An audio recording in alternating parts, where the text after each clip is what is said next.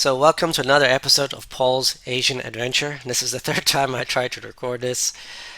I keep getting this wrong. I have some new software I'm using and I keep forgetting press certain buttons. The adventures of technical issues.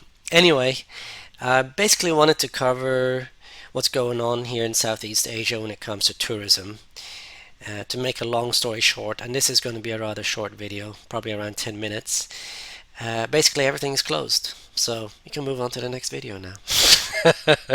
But seriously, I'm going to go into more detail for each country, and I'm also going to put a couple of links to some useful websites so you can check out once in a while what's happening in these countries. That's going to be in the description below, and I'm going to talk about that right at the end of the video. And so we'll go ahead and start on the first country here, which is, let me get this right this time, okay, here. And I've taken the website and copied and pasted it in a Word document so you don't get all these flashing, advertisements. So we'll start with Vietnam, a country I really want to visit as well.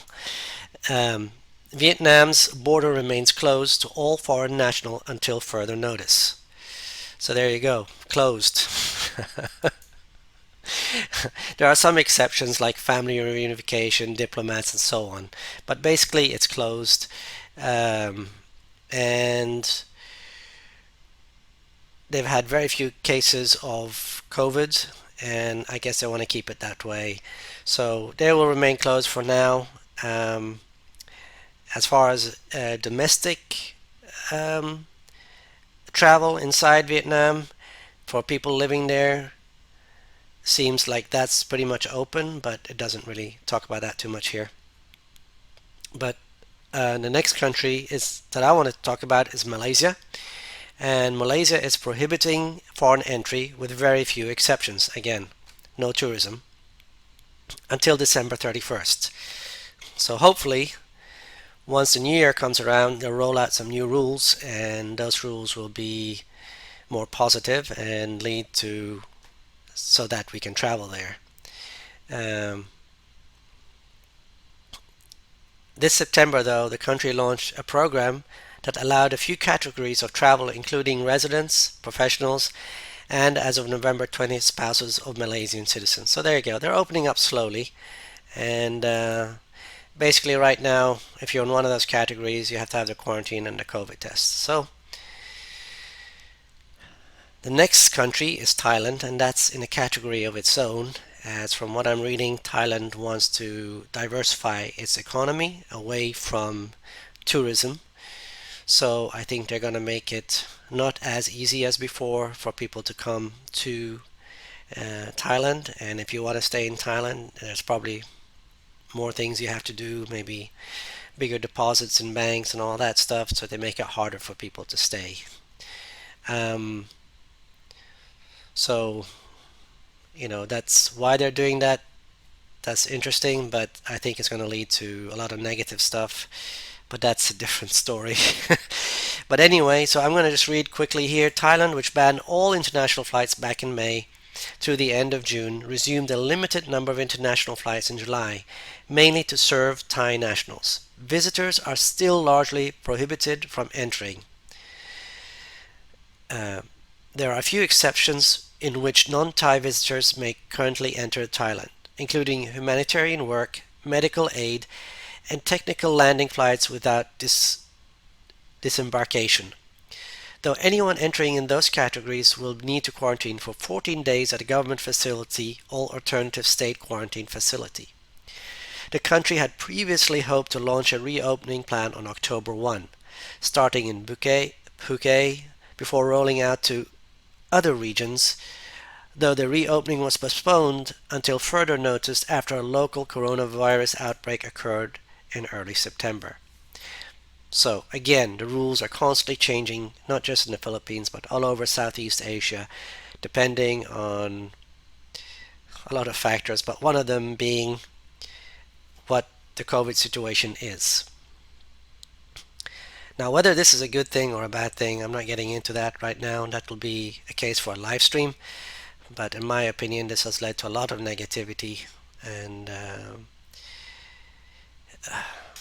that's a discussion on itself. But let's see, Cambodia has suspended its e-visa and visa on arrival programs, but is granting visa to international visitors with diplomatic, official, or other business reasons to visit. So again, it's basically closed.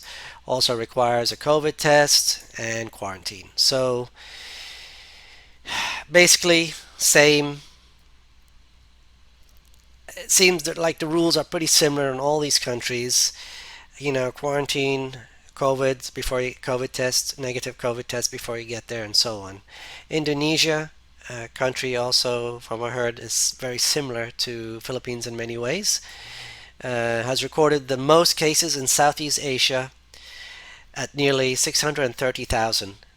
Is continuing to face a worsening outbreak. International tourism was originally set to resume as part of the final phase in September, with Bali among the first to reopen.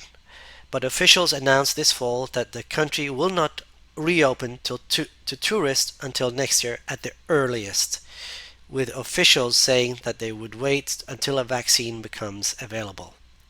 The first doses have arrived in Indonesia, but the country is still only allowing Americans with an existing visa or residence permits in. Visa-free and visa on arrival options remain suspended for all nations. And again, COVID-19 test and quarantine. So basically what it's saying, you can't travel there unless you're in one of these exceptions. And I don't know. It's just too many rules, too many changes. I would not plan a holiday to Southeast Asia anytime soon. I would wait to January, February, see what's going on. And the last but not least, of course, is the Philippines. And they are slowly opening for domestic travel, but really domestic travel hasn't taken off due to all the rules and regulations they've put in place and all the paperwork you have to go through, COVID tests to go from one island to another island. Some islands you have to quarantine. Do you have to quarantine when you get back? Do you have to have another COVID test when you go back to your original island?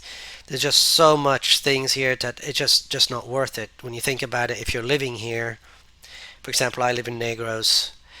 I have plenty of beaches. I can go diving in many places in Negros. I have mountains. Well, you've seen some of the nature hikes I've taken in different places, and that's just part of it, okay? So the necessity for me to travel to experience that is not there, but would I like to travel? Absolutely. Would I spend more money if I traveled? Absolutely. Would that help the Filipino economy? Absolutely. So I just don't see why the Filipino government doesn't start opening up. If one island has the same amount of cases as another island percentage-wise or similar, it should be open in my opinion. But I think we are slowly getting there, and I understand the government is kind of worried about flare-ups and so on, as they have limited budget to help people, a limited budget for the hospitals and so on. And people themselves have limited hospital money to go to a hospital. So this link here will be in the description, and then there's one more website I wanted to look at here, and this is this website here. Okay, and basically I'm going to start from the beginning here. How it is, it's you go to this website here, you choose what country you're from. I don't know why you have to choose state of residence. I'll just put Florida. And then let's say I want to visit the Philippines. Philippines here, and then the purpose of your trip, in this case, is tourist. And I want to see what requirements there are. And then it asks me a few more questions. Let's say I just want one entry, I don't want multiple. And how long you're going to stay, there's only one choice here, valid for 3 months. Hit the submit button, and it gives you all the necessities here. So that's a pretty useful website to be able to check on, and I would suggest you guys that keep asking when it's going to open up, when is it going to open up, go ahead and bookmark this web page, and then you can check once a week, once every 2 weeks, once a month, whatever, because this is constantly changing.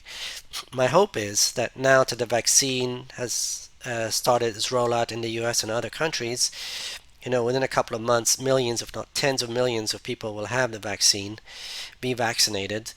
So I'm hoping they come around and say, okay, if you've had the vaccine, you can enter this country without any restrictions, and you can travel within the country without any restrictions, because that will help, the economy here in the Philippines, will help the Filipino people a lot, and will bring some sorely needed cash to this country.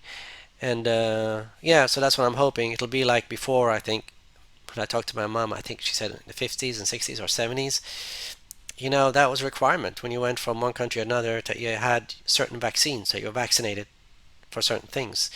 So I think we're going back towards that, but instead of a piece of paper in your passport, it'll probably be an app on your phone, right, to show that you've been vaccinated for coronavirus and maybe in the future other viruses. I don't know.